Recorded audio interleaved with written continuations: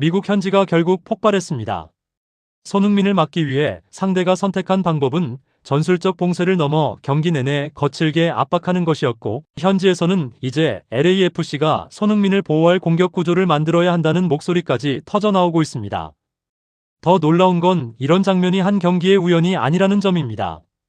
치바스, 톨루카, 케레타로까지 3경기 연속 손흥민에게 수비가 몰렸고, 케레타로가 LAFC보다 2배 많은 파울을 기록한 경기에서도 손흥민의 공식 피파울은 단 한 차례에 불과했습니다. 그렇다면 왜 상대팀들은 손흥민 한 명에게 이렇게까지 달라붙는 걸까요? 그리고 왜 미국 현지에서는 해결책으로 새로운 9번 스트라이커를 요구하기 시작한 걸까요? 오늘 끝까지 보시면 손흥민의 리그스컵 득점이 멈춘 배경과 LAFC 공격 구조에 숨겨진 문제, 그리고 새로운 공격수 한 명이 손흥민의 공간을 어떻게 바꿀 수 있는지 그 이유를 확인하실 수 있습니다. 손흥민의 미국 무대는 처음부터 단순한 스타 영입으로만 설명하기 어려웠습니다. LAFC 공격의 중심에 선 그는 직접 골을 넣는 것뿐 아니라 공간을 만들고 수비를 끌어내며 동료에게 기회를 제공하는 역할까지 맡았습니다. MLS에서는 개인 능력과 빠른 판단으로 상대의 압박을 벗겨내면서 자신의 가치를 보여줬습니다. 하지만 리그스컵에 들어오면서 경기의 풍경이 달라지기 시작했습니다. 멕시코 팀들은 손흥민에게 공간을 허용하는 순간 위험해진다는 사실을 알고 있었습니다. 그래서 공이 전달되기 전부터 가까이 붙었고, 손흥민이 돌아서는 순간에는 한 명이 아니라 여러 명이 동시에 압박했습니다. 치바스 과달라하라전에서도 그랬고, 톨루카전에서는 강도가 더 높아졌습니다. 유니폼을 잡고 몸을 강하게 부딪히며 속도를 내기 전에 공격 흐름을 끊으려 했습니다. 평소 판정에 격하게 반응하지 않는 손흥민이 심판에게 직접 불만을 표현할 정도였습니다. 문제는 이런 장면이 반복될수록 LAFC의 공격 전체가 함께 느려진다는 데 있었습니다. 상대 입장에서는 가장 위협적인 선수를 먼저 지우면 된다는 계산이 분명해졌습니다. 손흥민이 공을 잡을 때마다 수비가 몰렸지만 그 뒤에 생기는 공간을 결정적으로 이용할 또 하나의 위협은 충분하지 않았습니다. 결국 손흥민의 능력이 뛰어날수록 역설적으로 상대의 견제도 더 강해지는 구조가 만들어졌습니다. 이제 LAFC가 마주한 질문은 손흥민이 견제를 이겨낼 수 있느냐가 아니라 이런 집중 수비를 팀 전체가 어떻게 이용할 것인가였습니다. 결정적인 경고는 케레타로와의 경기에서 다시 울렸습니다. LAFC는 BMO 스타디움에서 열린 리그스컵 리그 페이지 최종전에서 정규시간 1대1로 승부를 가리지 못했습니다. 승부차기에서는 5대4로 승리하며 토너먼트 진출 가능성을 상당히 높였지만 경기 내용에는 분명한 숙제가 남았습니다. 상대적으로 전력이 떨어진다는 평가를 받았던 케레타로를 정규시간 안에 무너뜨리지 못했고, 손흥민을 향한 거친 압박 역시 반복됐습니다. 수치만 봐도 경기의 성격은 선명했습니다. LAFC가 기록한 파울은 8개였지만 케레타로는 그 2배인 16개를 기록했습니다. 그런데 축구 통계 매체 팝몹 기준으로 손흥민이 얻어낸 피파울은 단 한 번에 그쳤습니다. 손흥민이 공을 지키고 전진하려는 순간마다 몸싸움이 이어졌지만 공격의 흐름을 보호해줄 휘슬은 기대만큼 나오지 않았습니다. 이제 LAFC에는 선택이 필요해졌습니다. 상대가 손흥민을 강하게 압박하는 것이 효과적이라고 판단한다면 다음 팀도 같은 방식을 반복할 가능성이 있기 때문입니다. 한 번 성공한 수비법은 다른 팀에도 빠르게 공유됩니다. 특히 손흥민에게 수비가 집중돼도 다른 공격수가 즉각 대가를 치르게 만들지 못한다면 상대는 전략을 바꿀 이유가 없습니다. 케레타로전은 단순히 한 경기의 무승부가 아니라 앞으로 LAFC를 상대할 팀들이 참고할 수 있는 하나의 공략법을 보여준 경기였습니다. 그리고 바로 그 순간부터 손흥민을 둘러싼 문제가 개인의 컨디션을 넘어 팀 전술의 문제로 확대되기 시작했습니다. 처음에는 손흥민이 결국 개인 능력으로 해결할 것이라는 기대도 가능했습니다. MLS에서 그는 집중 견제를 받으면서도 공간을 찾아냈고 결정적인 순간에는 직접 결과를 만들어 왔습니다. 빠른 스피드와 양발 마무리, 수비 뒷공간을 읽는 움직임을 가진 선수이기에 한두 명이 달라붙는다고 쉽게 사라질 공격수가 아니었습니다. 하지만 리그스컵에서 만난 상대들은 조금 다른 접근을 보여줬습니다. 손흥민이 속도를 올린 뒤 따라가는 대신 아예 속도를 올리지 못하도록 초기에 충돌했습니다. 등을 쥐고 공을 받으면 곧바로 몸을 붙였고 방향을 전환하려 하면 주변 수비가 간격을 좁혔습니다. 정상적인 압박과 거친 플레이의 경계를 오가는 장면이 이어지면서 손흥민이 가진 가장 강력한 무기인 가속을 시작할 공간 자체가 줄었습니다. 여기에 판정까지 공격자에게 충분한 보호막이 되지 못한다면 문제는 더 복잡해집니다. 손흥민에게 계속 혼자 해결하라고 요구하는 방식은 결국 상대가 원하는 구도로 경기를 끌고 가는 것과 다르지 않게 됩니다. 실제로 케레타로전에는 손흥민에게 열린 기회가 있었고 부안가와 타파리에게도 경기를 끝낼 기회가 있었습니다. 마무리에서 아쉬움이 있었던 것은 사실입니다. 그러나 현지에서 주목한 핵심은 한 번의 슈팅 실패가 아니었습니다. 3경기 연속 같은 압박이 반복됐다는 사실이었습니다. 개인의 결정력만 기다려서는 해결되지 않는 구조적 문제가 모습을 드러내고 있었습니다. 경기가 끝난 뒤 미국 현지에서 문제를 바라보는 시선이 훨씬 선명해졌습니다. LAFC를 전문적으로 다루는 현지 팟캐스트 해피풋 새드풋은 손흥민을 향한 상대의 수비 방식과 판정을 강하게 지적했습니다. 패널은 상대 팀들이 손흥민을 막기 위해 사실상 경기 내내 거칠게 압박하는 방식을 택하고 있다는 취지로 비판했습니다. 특히 그런 플레이에 충분한 위험 부담이 따르지 않는다면 상대가 같은 방식을 계속 사용할 수밖에 없다는 논리였습니다. 이 지적에서 중요한 것은 단순히 심판에게 더 많은 반칙을 선언해달라는 요구만이 아니었습니다. 선수의 부상 위험을 걱정하는 동시에 LAFC 스스로도 전술적인 해결책을 마련해야 한다는 문제의식이 함께 등장했습니다. 그리고 여기에서 새로운 키워드가 나왔습니다. 바로 제대로 된 9번 스트라이커였습니다. 손흥민에게 2명의 수비수가 붙었을 때 그 선택을 상대가 후회하게 만들 선수가 중앙에 있어야 한다는 의미였습니다. 최전방 공격수가 센터백을 붙잡아준다면 손흥민은 지금보다 넓은 공간에서 공을 받을 수 있습니다. 반대로 상대가 계속 손흥민에게 수비 숫자를 몰아넣는다면 중앙 공격수가 빈 공간을 이용할 수 있습니다. 어느 쪽을 선택하더라도 상대가 대가를 치르게 만드는 구조가 필요하다는 것입니다. 이 순간 논쟁의 중심은 심판 판정에서 LAFC의 선수 구성으로 이동했습니다. 손흥민을 보호하는 가장 현실적인 방법이 또 하나의 공격 위협을 만드는 것이라는 진단이 나온 것입니다. 이제 LAFC가 넘어야 할 첫 번째 관문은 문제의 책임을 정확히 구분하는 일이었습니다. 리그스컵 이전까지 손흥민이 보여준 득점 흐름과 달리 이번 대회에서는 공격 포인트 생산이 기대만큼 이어지지 않았습니다. 결과만 놓고 보면 손흥민에게 시선이 향할 수도 있습니다. 그러나 현지 패널은 이것을 단순히 손흥민 개인의 문제로 돌려서는 안 된다는 입장을 분명하게 드러냈습니다. 상대 수비가 매 경기 손흥민에게 집중되고 있으며 그 압박을 다른 곳으로 끌어낼 선수가 필요하다는 것입니다. 여기서 LAFC의 선택은 중요해집니다.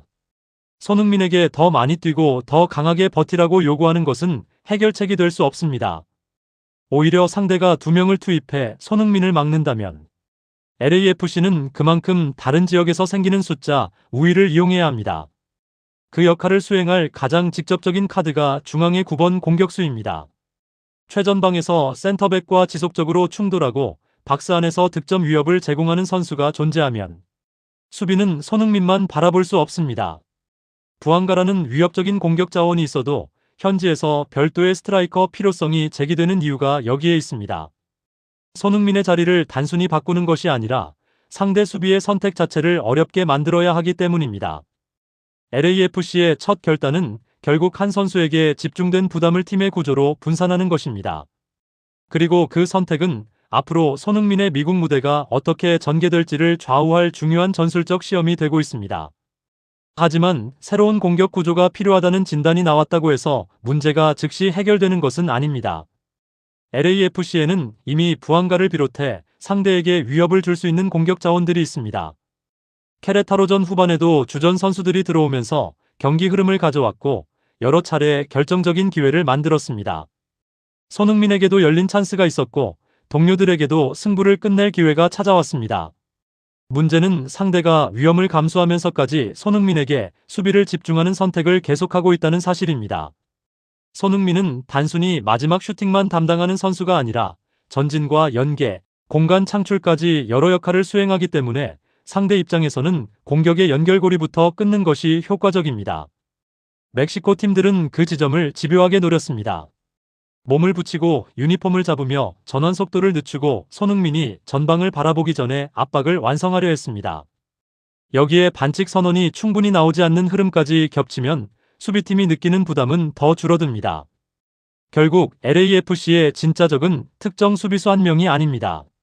손흥민을 먼저 봉쇄하면 공격 전체를 늦출 수 있다는 상대의 확신입니다. 이 확신을 무너뜨리려면 손흥민이 막혀도 다른 곳에서 즉각적인 위협이 발생해야 합니다. 그래야 수비 한 명이 중앙으로 돌아가고 손흥민 앞에 다시 공간이 열립니다. 3경기 동안 반복된 시험은 이제 하나의 결론을 향하고 있습니다. LAFC에는 손흥민을 대신할 선수가 아니라 손흥민을 더욱 위험하게 만들어줄 파트너가 필요합니다. 3경기 연속 이어진 집중 견제는 이제 단순한 불편함이 아니라 LAFC 공격의 방향을 바꿔야 한다는 경고로 번지고 있습니다. 손흥민이 MLS에서 보여줬던 장점은 공을 오래 소유하는 데 있지 않았습니다. 짧은 순간 상대의 빈틈을 읽고 폭발적인 움직임으로 공간을 파고들며 결정적인 장면을 만드는 것이 강점이었습니다. 그런데 리그스컵에서 만난 팀들은 바로 그 출발점을 막으려 했습니다. 손흥민이 공을 받은 뒤 대응하는 것이 아니라 공을 받기 전부터 거리를 좁히고 돌아서는 순간 강하게 몸을 붙였습니다. 한 명이 접근하면 주변 수비수까지 빠르게 간격을 좁혀 손흥민이 속도를 올릴 시간을 없애려 했습니다. 이런 상황에서 손흥민이 계속 측면과 중앙을 오가며 해결사와 연결자 역할까지 모두 맡는다면 체력적인 부담 역시 커질 수밖에 없습니다.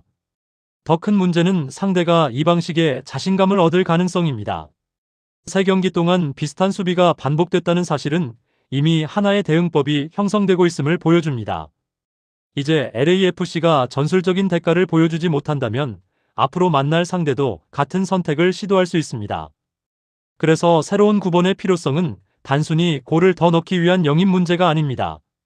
손흥민에게 달려드는 수비수 한 명을 중앙으로 돌려보내고 상대 수비진의 간격 자체를 흔드는 장치가 필요한 것입니다. LAFC가 맞닥뜨린 시면은 손흥민의 득점 침묵이 아니라 상대가 손흥민을 막는 공식을 반복해서 사용하기 시작했다는 사실입니다. 상황을 더욱 어렵게 만드는 요소는 거친 압박과 판정 문제가 동시에 나타나고 있다는 점입니다. 케레타로전에서 상대는 16개의 파울을 기록했고 이는 LAFC의 8개보다 2배 많았습니다. 그런데 판몹 기록에서 손흥민의 피파울은 한 차례에 불과했습니다. 모든 신체 접촉이 반칙일 수는 없지만 현지에서 강한 불만이 나온 배경에는 경기 내내 반복된 압박에 비해 손흥민이 충분히 보호받지 못한다는 인식이 있었습니다. 앞선 톨루카전에서도 손흥민이 직접 판정에 불만을 표시하는 장면이 나왔습니다. 평소 강하게 항의하는 모습이 많지 않은 선수라는 점을 고려하면 현지 팬들이 이 장면을 민감하게 바라보는 것도 이해할 수 있습니다. 그러나 LAFC가 심판의 판단만 기다릴 수는 없습니다. 판정 기준은 경기마다 달라질 수 있고 토너먼트에서는 한 번의 결과가 시즌의 방향을 바꿀 수도 있기 때문입니다. 상대가 거친 압박을 통해 손흥민의 속도를 늦출 수 있다고 판단한다면 LAFC는 전술적으로 그 선택의 비용을 부과해야 합니다. 2명이 손흥민에게 접근하는 순간 중앙에서 다른 공격수가 수비 뒷공간을 위협해야 합니다. 센터백이 손흥민을 따라 움직이면 최전방에서 즉시 득점 기회가 만들어져야 합니다. 결국 손흥민을 보호하는 방법은 반칙을 선언해달라고 요구하는 것만으로 완성되지 않습니다. 상대가 손흥민에게 수비 숫자를 투자하는 순간 다른 곳에서 더 큰 위험이 생기도록 만드는 것이 LAFC가 통과해야 할 가장 현실적인 시련입니다. 바로 여기에서 역설적인 돌파구가 나타납니다. 상대가 손흥민에게 수비를 집중한다는 것은 그만큼 다른 공간에서는 반드시 숫자가 줄어든다는 의미이기도 합니다. 축구에서 한 선수를 2명이 막으면 어딘가에는 자유로운 선수가 생길 수밖에 없습니다. 따라서 LAFC가 찾아야 할 해답은 손흥민을 무조건 압박에서 탈출시키는 것만이 아닙니다. 손흥민에게 상대가 몰리는 순간을 오히려 공격의 출발점으로 이용하는 방식도 필요합니다.